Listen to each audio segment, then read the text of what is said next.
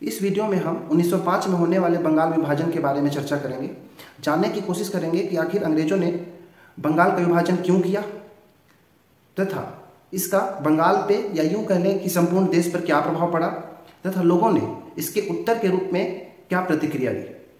हम जानते हैं कि 20वीं सदी के प्रारंभ में भारत में या पूरे विश्व में ब्रिटिश साम्राज्यवाद का दौर चल रहा था। 1905 में भारत का गवर्नर जनरल लॉर्ड कर्जन था, जिसका कार्यकाल 1899 से शुरू होकर 1905 तक चलता है।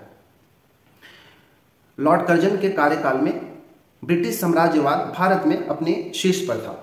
लॉर्ड कर्जन ने अपने कार्यकाल में कई प्रशासनिक कार्य किए। उसमें सबसे अधिक विवादित जो कार्य था वह था बंगाल का विभाजन। बंगाल के विभाजन के माध्यम से कर्जन ने भारतीय राष्ट्रीयता पर एक प्रच्छन्न प्रहार का कार्य किया। हम जानते हैं कि बंगाल प्रेसिडेंसी बंगाल, बिहार और उड़ीसा इन तीनों से मिलकर बना हुआ था, जो कि एक बहुत बड़ी प्रेसिडेंसी थी। अतः लॉर्ड कर्जन ने प्रशासनिक असुविधा का नाम देकर इस बंगाल के विभाजन का कार्य किया। वास्तव में यह प्रशासनिक असुविधा न होकर धार्मिक कारण था। बंगाल के लोगों में जागृत हुए राष्ट्रीय चेतना, हिंदू मुस्लिम एकता तथा कांग्रेस को दुर्बल करने के उद्देश्य से और जो लोगों में स्वतंत्रता की भावना जागृत हो रही थी उन सबको कम करने के लिए, उन सबको दुर्बल करने के लिए लॉर्ड कर्जन ने बंगाल का विभाजन का निर्णय लिया था। 20 जुलाई 1905 ईस्वी को लॉर्ड कर्जन बंगाल के विभाजन की घोषणा करता है, जिसके परिणाम स्वरूप 7 अगस्त 1905 ईस्वी को बंगाल में कलकत्ता के टाउन हॉल में एक सम्मेलन का एक बैठक का आयोजन किया गया, जिसमें यह घोषणा किया गया कि हम स्वदेशी आंदोलन करेंगे तथा विदेशी वस्तुओं का बहिष्कार करेंगे। या फिर ये कह लें कि 7 अगस्त 1905 को जो टाउन हॉल में, कलकत्ता के टाउन हॉल में बैठक हुआ, उसमें स्वदेशी आंदोलन तथा विदेशी वस्तुओं के बहिष्कार के आंदोलन की घोषणा की गई। 16 अक्टूबर 1905 का दिन आता है। 16 अक्टूबर 1905 को बंगाल का विभाजन प्रभावी होता है। इस दिन को लोग शोक दिवस के रूप में मनाए। लोगों ने उपवास किया, धरना दिया, वंदे मातरम का नारा लगाया, विभाजन नहीं होना चाहिए, इन सब का नारा लगाया। परंतु इस दिन 16 अक्टूबर 1905 को बंगाल का विभाजन प्रभावी हुआ और बंगाल 2 क्षेत्रों में विभाजित हो गया। बंगाल का पश्चिमी भाग, जो कि हिंदू बहुल क्षेत्र था, उसे पश्चिम बंगाल के रूप में तथा उसका पूर्वी भाग, जो मुस्लिम बहुल क्षेत्र था, उसे पूर्वी बंगाल के रूप में अलग कर दिया, जिसे वर्तमान में बांग्लादेश के रूप में जाना जाता है। अब 1905 में कांग्रेस का बनारस अधिवेशन होता है। इस अधिवेशन की अध्यक्षता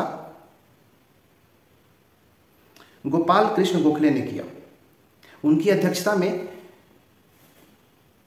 जो 7 अगस्त 1905 को जो स्वदेशी आंदोलन और विदेशी वस्तुओं के बहिष्कार की घोषणा की गई थी, उसे इस कांग्रेस के अधिवेशन में अनुमोदन प्राप्त हो गया।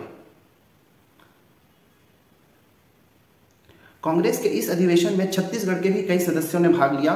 उनमें से कुछ के नाम इस प्रकार है, जैसे माधवराव सप्रे, रामदयाल तिवारी, वामन राव लाखे, CM ठक्कर, बद्री प्रसाद साव, पंडित रविशंकर शुक्ल, गजाधर साव इत्यादि छत्तीसगढ़ के सदस्यों ने भाग लिया।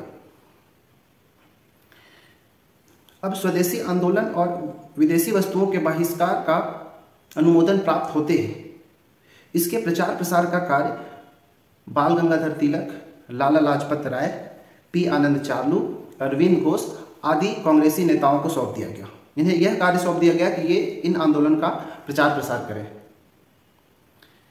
इस आंदोलन में सबसे पहले ऐसी घटना हुई कि महिलाओं ने भी घर से बाहर निकलकर इस आंदोलन का सहयोग किया, इस आंदोलन में अपनी महत्वपूर्ण भूमिका निभाई।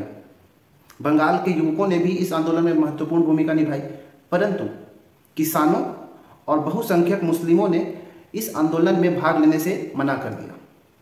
ये इस आंदोलन से अछूते रह गए। इस आंदोलन से लोगों में आत्मनिर्भरता की वृद्धि हुई, आत्मशक्ति की जागरण हुआ। इस आंदोलन के समय ही गुरुदेव रविंद्रनाथ टैगोर ने अमार सोनार बंगला नामक एक गीत लिखा, जो कि आगे चलकर बांग्लादेश का राष्ट्रगान बना 1971 के अंदर। लोगों ने स्कूल, अदालत, उपाधियां और सरकारी नौकरियां, इन सभी का बहिष्कार किया। इस प्रकार 1905 के बंगाल विभाजन का अगर निष्कर्ष के रूप में देखा जाए तो कारण यह था कि जो यहाँ की हिंदू मुस्लिम के बीच जो एकता जागृत हो रही थी, लोगों के अंदर राष्ट्रवाद की जो चेतना जागृत हो रही थी, कांग्रेस दिनों दिन मजबूत हुए जा रहा था, इन सभी को दुर्बल करने के लिए लॉर्ड कर्जन का सोची समझी चाल थी, जिसके परिणाम स्वरूप लॉर्ड कर्जन ने बंगाल का विभाजन किया। उम्मीद है आप सभी को ये समझ में आया होगा। धन्यवाद।